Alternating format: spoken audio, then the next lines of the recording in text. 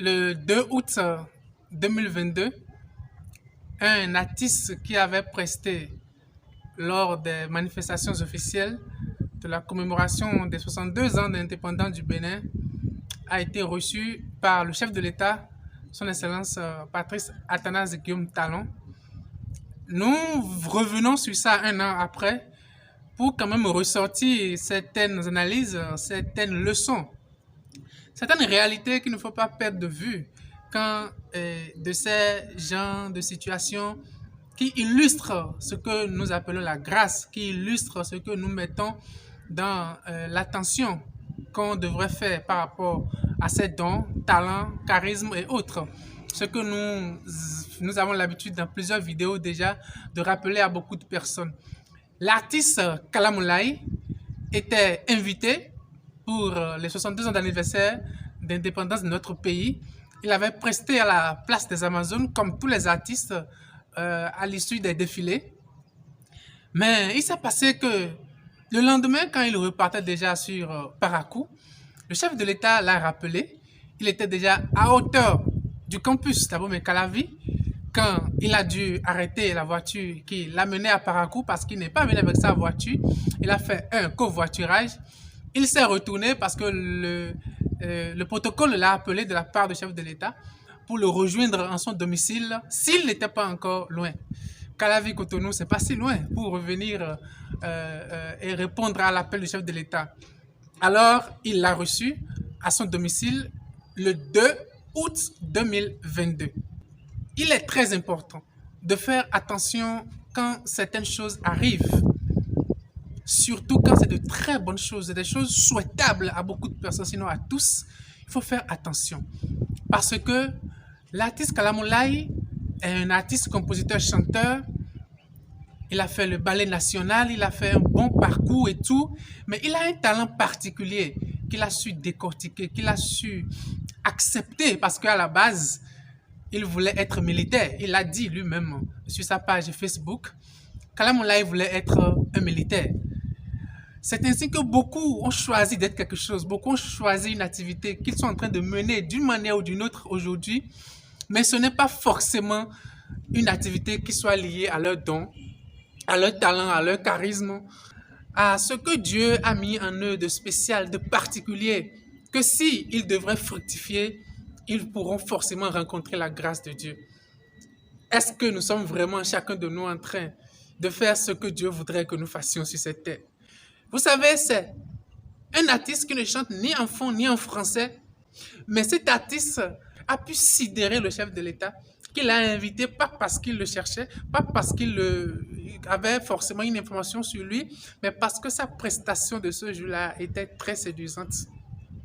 Parce que son thème vocal et tout ce qu'il a su faire le jour-là était très extraordinaire au regard du chef de l'État qu'il a accueilli. Chers amis, c'est ça qu'on appelle la grâce. Et ça ne rencontre généralement que ce que l'on fait qui relève de son talent, de son don, de son charisme. C'est des choses que nous n'avons pas choisi d'avoir, mais chacun a en lui quelque chose de particulier, de singulier, que s'il essaye de fructifier, il n'y a rien à faire. Dieu le rencontre, il n'y a rien à faire. Dieu le surprend, il n'y a rien à faire. Il prospère au-delà de ses attentes. Alors chacun doit se poser la question, quand est-ce que je pourrais être sûr que ce que je fais relève d'un talent, d'un charisme, et que tout le monde apprécie comme tel, et que Dieu lui-même apprécie comme tel, de façon à pouvoir surprendre aussi de ces manières-là, de ces merveilleuses manières, parce que quand on dit qu'un artiste qui n'a pas choisi de rencontrer le chef de l'État dans son domicile a été invité à le rencontrer au lendemain d'une prestation comme tout le monde, comme beaucoup d'autres artistes, on doit se poser la question, est-ce qu'il est rentré comme il est parti? Moi, j'ai eu la chance de le rencontrer et il a narré un peu comment ça s'est passé, quel genre de cadeau il a dû prendre avant de partir, ce qui n'est pas étonnant. Chers amis, nous devons travailler, nous devons encore œuvrer, nous devons lutter de façon à être sûr que quelque part, ce que nous faisons relève en quelque chose de nos dons, de nos charismes. Nous avons chacun quelque chose à développer et qui est comme une mission. que nous avons reçu en venant sur cette terre. Et quand véritablement on essaye de trouver quand même une place à son talent, à son charisme, il y a toujours une particularité, il y a toujours une surprise, il y a toujours une grâce que l'on ne manque pas. Et c'est la grâce qui fait propulser. Parce que beaucoup travaillent, beaucoup luttent, beaucoup sont tous les jours en train de mener des activités ou de travailler, mais on se demande s'ils sont vraiment heureux.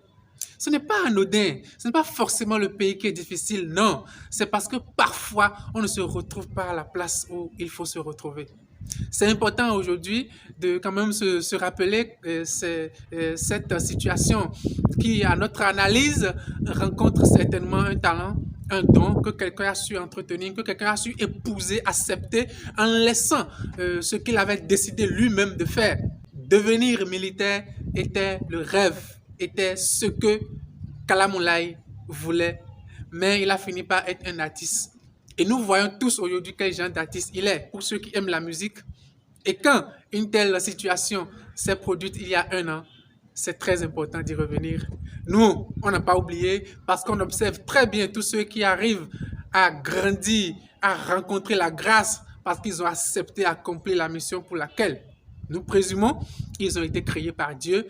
Sinon, qu'ils ont au moins accepté de fructifier le don, le talent, le charisme qui se retrouve en eux et qu'ils n'ont pas choisi d'avoir. Si vous n'êtes pas très sûr que vous aussi, vous avez un don, si vous n'êtes pas très sûr que vous pouvez fructifier votre don, vous pouvez vous faire aider. Parce qu'il y a un mécanisme quand même pour redécouvrir, se connaître et accepter ces dons et trouver des activités dans ce sens. Lorsque vous allez identifier une bonne activité qui soit basée sur l'un quelconque de vos dons, de vos talents, de vos charismes, vous n'allez plus jamais vivre comme avant. Et le reste, c'est Dieu qui s'en occupe.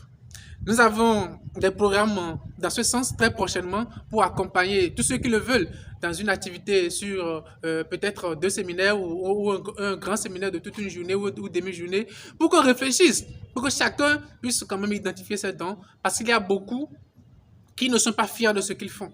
Beaucoup savent qu'ils travaillent beaucoup pour très peu. Beaucoup, chaque matin, en voulant démarrer pour aller dans leur activité, n'ont pas une paix du cœur. Non. Si vous travaillez comme ça, vous ne pouvez pas être heureux.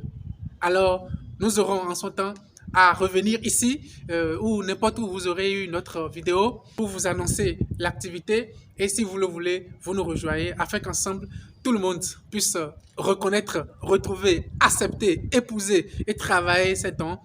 Parce que tout don est d'utilité publique. Et vous allez vous en rendre compte. Quelqu'un qui a été payé pour une prestation parce qu'il a exercé pleinement un don, un potentiel, un charisme, quelque chose qu'il n'a pas demandé que Dieu lui a donné, mais qu'il a accepté, fructifié. Il s'est retrouvé à être reçu par le chef de l'État et avec un cadeau certainement. Chers amis, nous avons quelque chose que nous ne connaissons pas encore ou que nous n'avons pas encore entièrement accepté. À bientôt.